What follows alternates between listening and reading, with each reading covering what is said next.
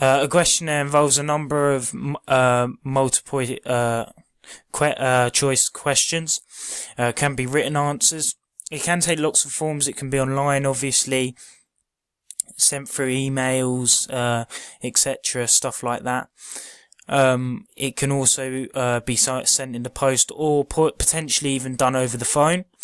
When people are creating questionnaires, they think about sample size, obviously what form it's going to take and how it can be analysed, which is obviously important, thinking about how it's going to be analysed when looking at qualitative data, because obviously you could have a lot of dense data, a lot of different types of data, because you're looking at emotions and stuff like that. Obviously, when you're carrying out a questionnaire, because when you're looking at quantitative factors, there might be some very questions that people might not be comfortable with, and this could lead to obviously needing, as there's going to be important ethical issues, the privacy and consent of the participants is obviously very important. So obviously asking them if they want to take part first, telling them what sort of questions they'd be asked, and also following up with debriefing and support once they've done the questionnaire. Then looking at advantages and disadvantages. Advantages of the questionnaire is that because it's in a written form, it can potentially be longer than if done by phone. This because a written form obviously it takes longer to write than it does read. Speak sometimes, but obviously you might get a bit more detail if you're asking someone to speak and tell you the answers. And a written form can be done in any time, anybody's time, own time, so that makes it potentially a bit more efficient and easier to roll out. And potentially participants might answer the question more honestly if they if the researcher isn't sort of there. A disadvantage potentially is that if the participant didn't understand the question and they did it out the view of the researcher, obviously the researcher isn't going to be there to tell them and give them advice on how to answer it. So this might lead to data not being correct and the conclusions not being clear and particularly helpful. Also, you might not get a high volume. You might send out a load of questionnaires, but you may not necessarily get a lot of replies back. Moving on to observation. Now, this can take, obviously when you're recording, you can do it through the form of video recordings, record sheets, and obviously pictures and field notes. However, there are different types of observations. Now for these I'll run through a bit of some advantages and disadvantages for all the different rules. So starting off with the complete participant. Obviously the complete participant fully participates, will act like a normal gymnast, but obviously they don't know the role that they're playing, so they don't know that they're actually watching. Now actually watching other people, but obviously they're still participating. Now, the problem with this could be obviously consent. Although you'll get more data, because people won't know they're being watched, it will be more natural data. It will be able to be related more to real life. Obviously, you have the consent issues, the fact that the people won't know. They might not want to take part in any research, but yet you can't give them that choice as they don't know what's happening. The next type is obviously a complete observer, which he doesn't reveal his role or he doesn't take part. Again, this has similar issues with the consent factor. Although you get the nice natural data, you really have issues with consent. And then also the complete observer is also known as a disclosed observer. and then observing as a participant, obviously, obviously you participate, but you reveal your role. So obviously you may get people acting differently around you. They may not act honestly because they know you're watching them. They know they're being watched, and this could obviously lead to data not being true.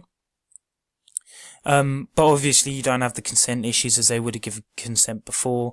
And you will get some data, just whether it's 100% real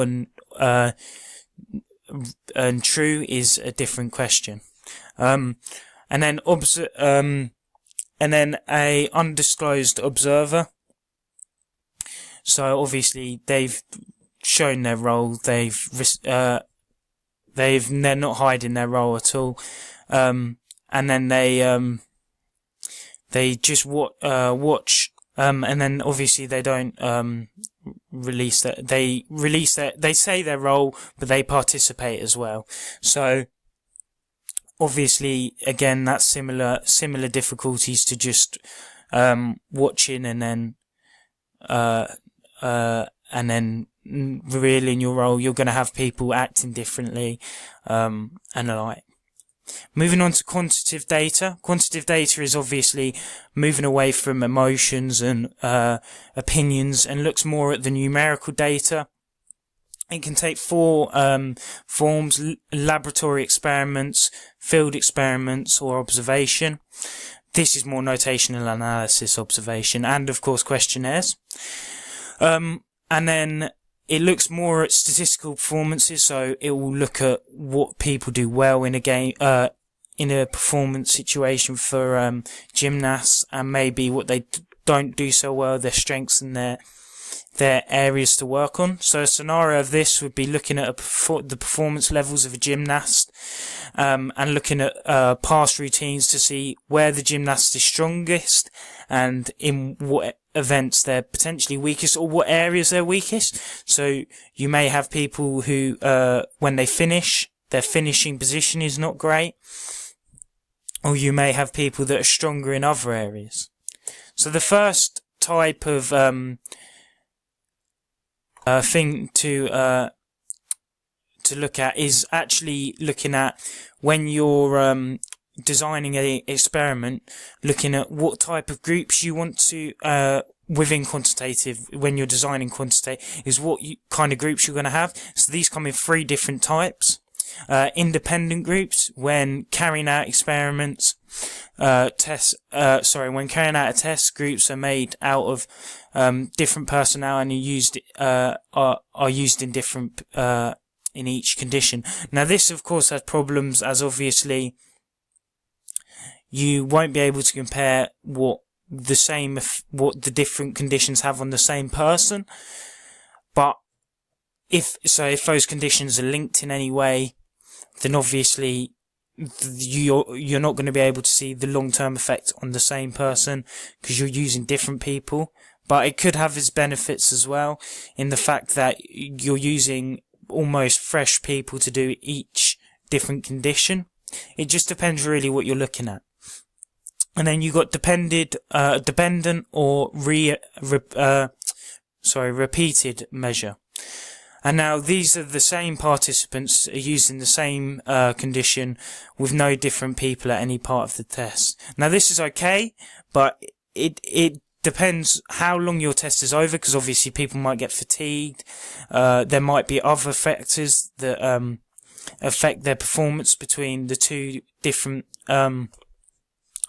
parts of the test, or potentially multiple conditions that are within the test. And then finally you have your matched pairs. This is participants that are paired on paired together on similar characteristics such as height, weight and ability. And the pairing characteristics depend on the variables being measured. So obviously if you're measuring something like the height of a jump, you might look to put similar weights and heights together just to ensure that it's kind of affair, or if you're looking at sort of muscular endurance, you might look at ability to see who can sort of withstand that the longest. And then moving on to the actual types of quantitative data that can be collected. Laboratory-based experiments. This is the type of data that's created in an artificial manner. It's conducted in obviously a lab, and it is conducted under extremely controlled conditions. So you don't see very much natural ability come through. So the advantages to this would be that obviously because you're collecting it in a controlled environment, you get the data you want. The variables and external factors can also be controlled, so you're getting 100% good data. And obviously it can be replicated very easily. Some of the disadvantages, however, of course, it doesn't reflect natural performance, and it can be expensive to use, which is, of course, if you're on a low budget, could potentially be a massive problem. And also social desirability. Because participants aren't performing in a natural environment, they then change how they would act and how they would carry out the test, so it's more favourable towards the results. Moving on to field experiments, and this is the opposite. This is done in a natural setting, and it's aimed in creating data that can be used in real life situations. And although it is done naturally, it can still slightly have its independent variable manipulated. So it's got a little bit of manipulation, but it's not to the level of the laboratory experiment.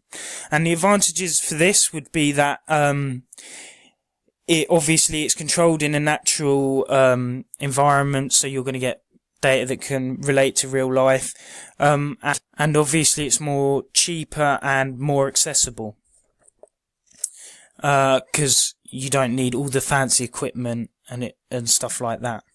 And the disadvantages would be that obviously you can't control the variables as well, meaning leading to it having a really low internal validity, because there just will be so many factors that could potentially affect the results you gain.